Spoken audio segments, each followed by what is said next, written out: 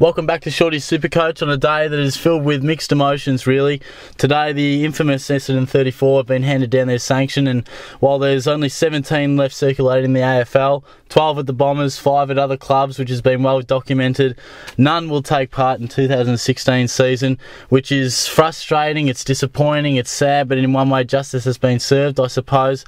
Again, another compromised season. We've been through the Giants and the Suns being included, which has brought about certain fluctuations in fixtures. Now we're going to deal with the Bombers just who have been out on their knees, and look, I feel sad for the players. That's the overriding emotion, but I mean mainly for Watson as well, who looks likely to lose his Brownlow.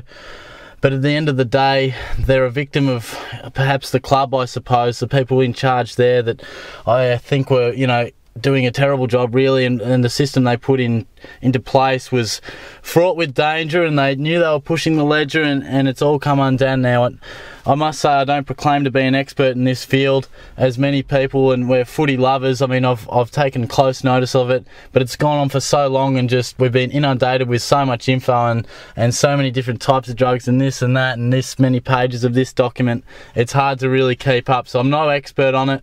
My main feeling is for the players and what they've been put through, and I was hearing the Asada boss say, I guess it's part of their responsibility as players to know what's going in, but they've been let down by the club. They've been severely let down, but by the same token, Essendon were at the end of the day cheating. They were under a system or a regime to build muscle, bigger muscle, quicker and recover quicker, and it's cheating at the end of the day. But I won't bore you too much for that, because that's not why I'm here. I'm talking about what this means for SuperCoach, because it means a lot really. All of a sudden, so many players that are senior players aren't going to be out there, which basically gives heaps of opportunity to younger players and the top-up players. I will do a separate video on my actual thoughts on the Essendon scandal and all this Asada action and the handing of what has come down now, but I won't go into too much detail because it is a complex thing, and while this is a SuperCoach channel, I think my opinion on this is interesting, and I'll put a link in the description for you, but it's too much to talk about in combination with the SuperCoach. So look, what does it mean for our SuperCoach sides? Firstly, I think it makes Leuenberger an absolute no-brainer. It also makes my Essendon SuperCoach preview that I did a couple of weeks ago absolutely irrelevant, which we did touch on. I dealt with it without this in mind, but Leuenberger was a wait-and-see prospect. How will he cope? How will the ruck situation flow on? But of course, Bellchambers will miss the whole season. So Leuenberger is a no-brainer as far as I'm concerned if he can get through the pre-season scot-free.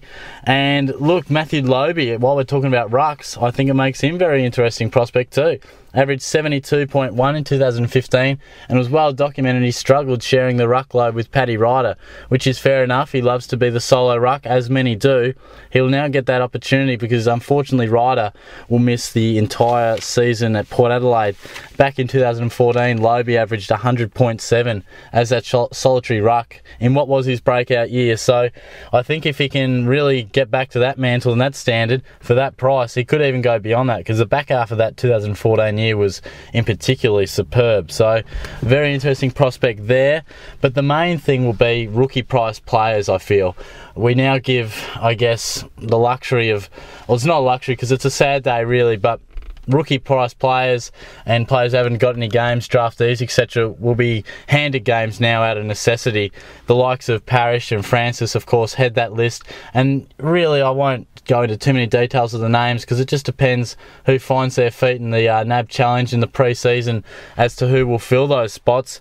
In particular, the Essendon midfield, the likes of Watson, Heppel and Stanton and Hocking as well will miss the whole season. So that's basically their top four midfielders, if not, they're all top liners, that's for sure. So I think many draftees will get a run on and will get plenty of time. But I must stress, don't get infatuated with picking all Essendon rookies or yes, they're going to get games, because there's still plenty of other good rookies out there from other clubs.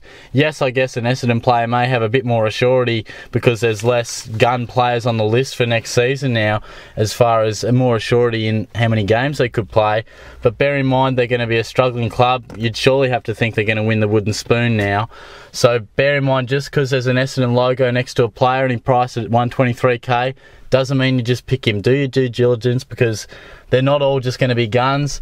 They may be starved of possessions because they'll be struggling as well. So I think definitely do your research and pick a few, no doubt, because there'll be options to pick a few, but don't go crazy and go all Bombers. As we will wait on who the top-up players will be, that'll be very intriguing, and a lot will be exactly that, a top-up player. They're not going to be absolutely great players because they've probably come off other lists or been floating around in VFL perhaps. They may, if their price is low enough, you might look at them, but I think the main thing from this will definitely be the rookie price players. Zach Merritt's another guy who really exploded towards the end of last season. He's going to get plenty more midfield time, I would think, if not most of it now that all those guys are missing that I mentioned before. He ended the season in fantastic form and could produce similar numbers if he's given that opportunity, which looks extremely likely. And as for the top-up players, as I was saying, the one I'll be looking for, of course we don't know their names yet, but will be the guy or two that are going to play through that midfield, because yes, Essendon are going to cop a lot of losses next year and they're going to struggle and they're not going to have that protection around the pack and things like that. But there's always enough points to go around, and I think if you can look at perhaps the top-up player who's an experienced campaigner and going to take that top midfield spot or that top two, you might really look at him. If they're underpriced, they're going to get so much opportunity. And we saw at Gold Coast and the Giants that when they were just starting to build, even though they were getting smashed each week, there were the likes of Gary Ablett, who's an exception to the rule, but say a Callan Ward, who still managed to dominate week in, week out. Yes, he's a gun player, but also he had to take a lot of the responsibility. So if they can win a contested ball and win a clearance, they're going to get plenty of game time, plenty of opportunity. That's the sort of top-up player I would be looking at. But I must say, don't get too carried away with these Essendon young guys and top-up players just because you think they're going to get games. And you're right in thinking that. They will play games.